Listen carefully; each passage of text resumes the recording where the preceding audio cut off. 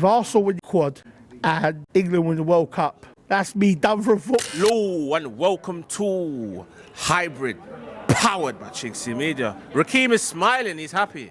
I'm smiling because watching Max Dowman, the last minute goal to secure the 3 points wasn't enough. Just hearing that West Ham drew with Manchester City, 1-1, drop points, 9 points clear. But before we go into that game, we had a series of games. Just give me in a sentence, right? Brighton, away from home, 1-0. Hard to watch, stinkfest. Mansfield Town, 2-1. It was our second team, but still another one, stinkfest. And then obviously on Wednesday, Bayer Leverkusen. Possibly one of the worst, hard to watch, stinkfest. All three of those games, terrible. It showed all of our flaws, it showed all the things that we're not good at. Our attack is not great, we can't put shots together. Yep. It looks like, until we score, it looks like we don't know what to do or how to score until we actually score, whether it's by set piece or an open play goal. Funny you mentioned set piece, because my next question is called #cornershop, yeah? What is more important, the delivery or the movement or physical capabilities of the person attacking the ball, and why? I think it's delivery. You All of those so? things, don't get me twisted, all of those things come into the play, but Nwaneri the other week, he scored from a direct corner. He delivered it into the box. The keeper hit it and it was an own goal. So it classed. Oh yeah, I remember doing that. I can't remember who it was It was a Premier League game, but that was just from pure delivery. Our players didn't do anything because their keeper punched into the back of the net. Yeah. A good corner in the box, even a badly set up team can make it work. You put the ball in the box, in the middle, people panic, ends up being an own goal. We've seen that before, just from the opposition panicking too much. So yeah, I'd say placement of that ball. Well, this is what I say. A lot of people are saying we're own goal is one of our highest scorers or something, but we're forcing the own goals. No, it's our deliveries in the box. We put the ball in the box at a pace where it comes in so fast at such a good point that you can't maneuver, you can't move. No matter what, it just needs some contact to go in. Yeah. It just needs something to be hit. When Rice put it in the box, it bounces off one man, hits another man, it goes in. The pace on it is too much confusion in the box. Just put it in your own net. Yeah. Right. Today though, it looks like a momentous day for Arsenal, man. Arsenal won 2-0. Let's talk about it in sections. Let's break down the game. Yeah. The first 80 minutes of the game is the same story as the Mansfield away, the Brighton away, the Leverkusen away. It's the exact same thing. We have players on the pitch who just don't look like they know where the goal is going to come from. They don't look like they know how it's going to be formulated together. And that's an issue. We put it together in the last 10 minutes. We got Arsenal winning it this year for sure. Yeah. We didn't know that was going to put the ball back in the back of the net, but last 10 minutes, we made the subs. Players were a bit hungrier, there's a bit more fight in them, they were coming forward more, put more pressure on, and we did it. But we don't start the games like that. We start the game with a very slow, take our pace kind of method. It ain't always going to be like that. Sometimes we need to have that urgency. We want to score, we want to put it in the back of the net. Yeah. As you can hear, all the Arsenal fans, we're singing Wembley, we're singing titles, we're singing the Prem, we're singing the EFL. Everybody's in a party mood. We heard fireworks earlier on. Listen, a key issue with us over the last few years, for the last 10 years, is getting over the line. We play good football, but we can't get over the line. Yeah. Now, listen, the first 80 minutes was horrendous, but those 2 goals at the end by Gyökeres and Maxman, over the line. Leverkusen, penalty last minute, over the line. Mansfield, Brighton away, over the line. As long as we get over the line for these last 2 months, I don't care. I've been having this debate with Tom, actually, funny enough. Tom wants the Arsene Wenger style of football. I don't care. I've seen all of that and we didn't win enough. We had that. You hear these people. You think they want to see that? Yeah. You think they want to see nice trophies? Football? No, they want trophies. They don't care about nice football. Nah. We had nice football. Wenger, we was getting slapped about by Man City and Liverpool and Man United. Yeah, Chelsea. But we didn't get no trophies. Not enough. We put it behind us. Yeah. And listen. It's about winning. And let's go back to the facts of it, This season, only 3 teams of Europe have scored over 100 goals. Arsenal being the only Premier League team. That's so we scored the incredible. most goals. Yeah. In the Premier League, we haven't even scored the most set goals. We scored the most open play goals. Yeah. And we've got a good amount of set piece goals. And on top of that, we're not the only team that score from set pieces. Tottenham score a lot, other teams Liverpool, they got their fair share, but there you go. Agenda's always been spanned. We scored a whole span of games. We've got the most points. People ain't going to talk about Leeds 5-0, Leeds 4-0. People aren't going to talk about the high Aston Villa scores. 4-1, Tottenham 4-1. People ain't going to talk about that. Nah. They're just going to talk about, set piece. So we know what it is. Yeah. We play good football when you do, but we have games where it stinks. But either way, we're collecting 3 points either way. 3 points is 3 points. Bow! 3 points is 3 points, and 9 points is the distance, between us and Man City. Man City have to do the madness just to get close right now. Do you know, a couple of weeks ago, I gave us a bit of stick because we was drawing with Nottingham Forest, we was drawing with Wolves. I was like, how are we drawing with these teams at the bottom league? No, we drew Forest, Wolves, and who's the other one? Brentford. Yeah. And I was like, how are we drawing with these teams at the bottom of the league? We're the top of the league. We should be showing the quality in these games. But you know what? These teams really turned up because Wolves, they want to beat Villa, they want to beat Liverpool, they drew with us. And there was another one as well. Nottingham Forest, they drew with us, Yeah. but they also drew with City. Yeah. West Ham, they've gone and drawn with City. Gone now. on So a these run teams, now. they're Yeah. really, really fighting now. So fair play to these teams. We dropped point, I was harsh on them, but it looks like they were actually being serious. It wasn't just us slipping up, they stepped up. So it happens, the Premier League. Do Arsenal win the Premier League? Oh, we win it. We win it. We're cruising at this point. We can go to the Etihad, not saying I want to lose. We don't want to lose to Etihad because it's pride at this point. We don't want to lose there, but we're at that point where if we lost at the Etihad, at this point, I don't think it really matters. I think we're going to get such a lead, such a decisive points win over them that it doesn't. A 6-point swing. Come on. Remember how back in the start of the season we lost to Liverpool in like game 5, and they was already ahead of us, and that was a 6-point game. But now if you look at it, it makes absolutely no difference. I think maybe if we lost to City, it might be the same picture. But you know what? We're not trying to lose. Come on. Arsenal. Come on. We're not going to lose to City. Come on, Gazer. Give me some words. What are you saying about Arsenal today? What do you think of the performance?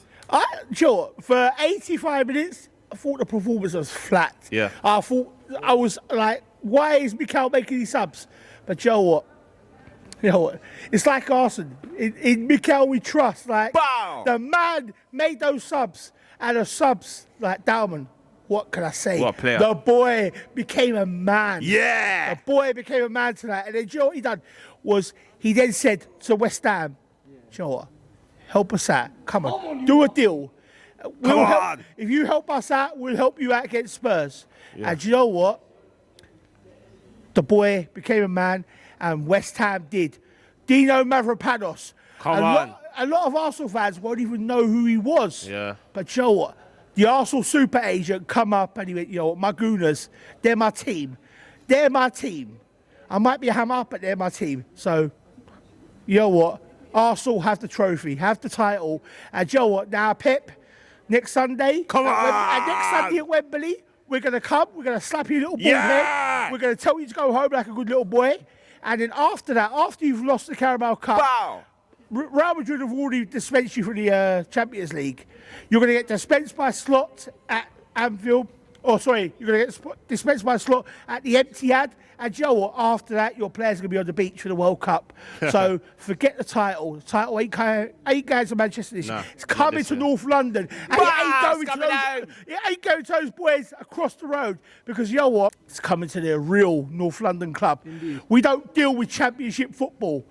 Our fans never have to worry about Championship football. So, you know what? Spurs, enjoy Lincoln away because we're going to be having Wrexham at home. Well, you think Wrexham are going up? Yeah, we're going to have Wrexham at home, bruv. We're going to have Wrexham at home when they have Lincoln away. Wow. That is it. Just to add to that, You know, Arsenal's the only team in the Premier League that has never been in the lower tier division. Throughout the whole of football history, we've been in the top division every time. We've never had a relegation. Our club don't know what it feels like. We've never experienced that. And we're the only team in the league that's not named after a place as well. Aston Villa. That's the place. Oh, yeah, I hear you. I see it. No, it's Aston, but there's no Villa. Like, you know what? The fact is, Spurs would always be living in our shadow.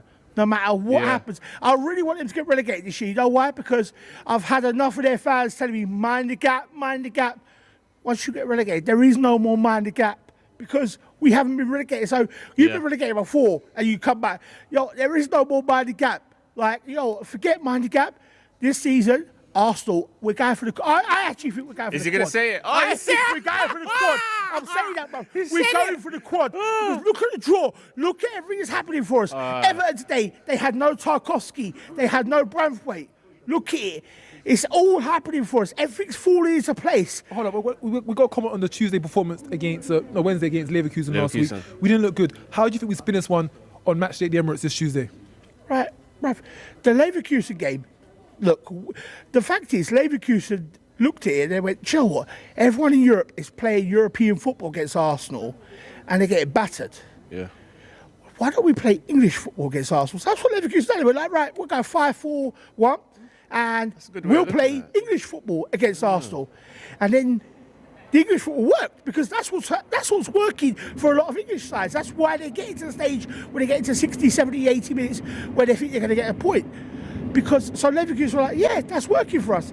We got a penalty, which was a very just penalty. Yeah. Yes, I grant you, it's an easy penalty. But the fact is, Tillman dives in, he gets no contact on the ball, and he clips Madueke's ankle.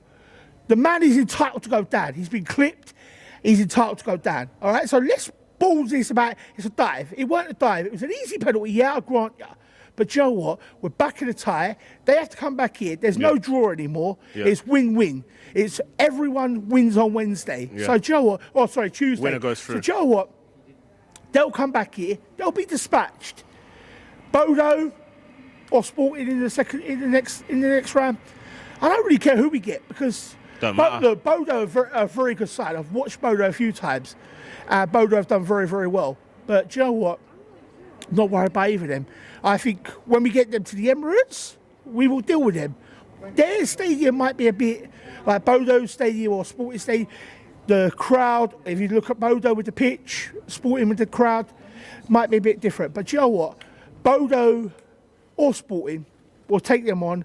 And then when we get to semis, we'll deal with Barca, Atletico or Newcastle, because let's be honest, Spurs ain't getting there, are they? Like, I was going to ask you that. I'll tell you what, Spurs have got about as much chance of getting there as I have of like having a naked woman standing right up in front of me right now going, please. So, Joe, Spurs have got no chance in getting to the semi-final. So all I can say to Spurs fans, don't bother watching next week on the Champions League. Just concentrate on Forest. After Liverpool, big game. Concentrate straight on Forest. Don't even worry about it. You know, I think it's ironic with Spurs. Last season, they sold their soul for that UEFA Cup. They sold every last bit of humanity they had for that Europa Cup. And at the consequence of losing everything. And they're literally on the verge of losing everything now and getting relegated with no European football, which is going to send their club into a 250 million deficit, I believe, because there's no sponsorship, there's no Champions League, there's no TV. Boys, they're not going down, though. They're not, though. I mean, yeah, we don't like them, but they're not going down. Do you know, a couple weeks ago, man, I said, I said on here, I don't think they'll go down. They won't. But looking at their performances as the weeks have gone on. That Forest game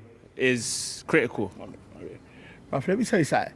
They are going down, and the reason why they're going down is they're rubbish. We've known this for ages. Look, like, what Spurs have been doing for years is they've been polishing. And if you polish a turd, you can make it look a little bit. You can make it look a bit nice. But the fact is, when you polish the turd is still a turd. But you can make it shine. You can make it glimmer. What, make the turd nice, right? Yeah, you can make it like shine. You can make it look. You can make it look shiny. You can make it look nice. But you know what? It's still a turd at the end of the day. The fact is, they're going down because they're rubbish. And they're going down because of mismanagement. And Joe, the biggest reason why they're going down is because they took the Arsenal super agent. Oh, what, Vinay? Vinay and Edu were at Arsenal. When they were at Arsenal, we were dealing with 5th place, Europa League, trying to crawl our way into the Champions League. They left. What happened? We brought in Andrea. And the rest of the team, they got us to be big time, a big time team. Spurs are dealing with Vinay. Vinay is only going to do one thing for them. He's going to keep them where they are, or he's going to take them down. I don't want to argue against that. Can I just I'd love it to happen. Edu currently at Nottingham Forest, his stint isn't going too well. I believe they've parted ways. He'll be departing from the club. Oh, is it? So he's been there for two windows, the summer and January just gone, and they're getting rid of him. And the signings that he's made for Nottingham Forest haven't set the world alight. I'm talking 1 goal, They're 2 good goals. players, but they just haven't performed. Listen, you can call it what you want. The sport director brings in the players to do a job, and those players haven't done a job. So we was competing for titles with a sporting director that couldn't get players in to do a job. So what was that saying about us? And you can't do it now at a team who's almost on the verge of getting relegated. Bruv, you know the biggest joke is that actually I've seen rumours that Vinay has already reached out to Edu to say, why don't you come to Spurs as your next gig? Wait, are you joking? If that's not telling Spurs fans, everybody needs to know, like, the man has come there to take you down. And he don't know if he can do it himself. So what he's doing is, if he can't take you down himself, he's bringing in someone else that can make sure you got down. So what I'm saying to Spurs fans is, you know what? If this was Arsenal, I'd be on the streets rioting right now. I'll be on the streets. I'll be protesting right now on the streets. I'll be wanting everyone out. The fact is, you lot have just sat there. You're just asleep at the wheel, and you're letting an Arsenal super agent destroy you. And he's calling another Arsenal super agent to make sure that the destroyment can actually be completed. And then, you know what? This year, I think this year is going to go down as the Arsenal super agent year, because we have had Mavropanos basically gift wrapped us a title. Vinay has destroyed Spurs, and if he can't complete it, he's going to call Edu in to complete the job. Like, do you know what? And just to wrap it up, Eze, who was so close to going to them, joined to us and has dunked on them on 2 occasions throughout the season. So what better could we have asked for? And Xavi Simmons has flopped 2. So I'll say to you, I think personally, I don't have any proof for this, but my personal perception of it is, I reckon when they spoke to Eze, they were like, oh yeah, we'll offer you this. And then Eze went, all right, yeah, but if Arsenal come in, I'm not going to do it. And I reckon Vinay probably got on the phone to Richard Garlick and went, Richard, Eze wants you. Like, tell MIKEL if he pushes for Eze now. And I reckon that's what happened. I reckon. So do you think that happened before? Yeah, I actually reckon that what happened happened was before? Vinay probably let Arsenal know that Eze wanted to come and destroyed the Eze deal. Do you think that happened before or after Kai Havertz's injury that happened one day before I think it's before. I think it was before? I think they knew. Arsenal knew too much about the Eze deal that even the agent was on the Arsenal payroll being paid and feeding information, or Vinay was decided to help his little mates out. But don't forget, Kai Havertz got injured on a Wednesday, then the deal got done on a Thursday. Yeah, so that deal was already done before Kai Havertz got... Kai Havertz getting injured was a smokescreen. You think so? Yeah, I honestly believe that. Kai Havertz, look, how often do you know that players in the Premier League move in 24 hours? Yeah, I just think his injury accelerated it and said, okay, we've got to get this guy in. I think it made the move They wouldn't quicker. have had both of them, though. But I do think that there was more to it than we actually knew, and behind the scenes, there was a bit of context. It wasn't just literally on the Wednesday evening, yeah, I don't want to go to Tottenham anymore. Maybe there was things behind the scenes, lots of things that we don't know about. Maybe they're talking in secret, but I hear it. Could be a thing. But I that's my honest belief. I think Vinay set the deal up. I think Vinay told Arsenal. I think Vinay probably opened the book and went, Arsenal, this is what we're offering. This is what we can offer. Yeah. What do you want to offer? And I think Arsenal went. It's like the Luis Suarez deal. I think Arsenal probably went a pound above what Spurs were probably willing to offer. Like, I know we've joked about that for the Wenger years, but Joe, what? I think Arsenal probably just went to like Eze, Joe, what? We'll offer you a pound more than what Spurs will. And he went, Joe, I'm an Arsenal boy. I want the Arsenal shirt of Eze on. I'm coming. Madness. It's madness, but you know what?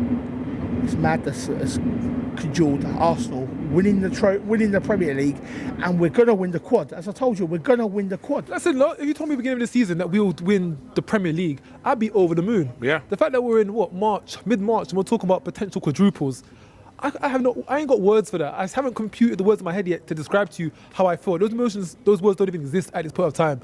But when that parade comes in May, and we're all here celebrating, it's all flooded for about 48 hours straight, I think maybe then I'll find the words. I think maybe then we'll find the words to say what it means to us. And first, of course, on Sunday, EFL Cup.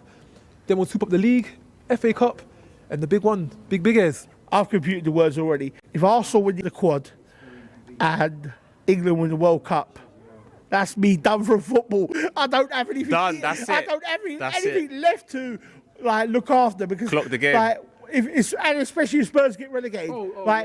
Arsenal win the quad will be the cake. If England win the World Cup, that will be the icing. And Spurs get relegated, that will be the cherry on top of the cake. Does that make Arsenal? Will be done. There's nothing else there's no other year that could ever match that. If Arsenal win the quadruple, would that make Arsenal the greatest team in history?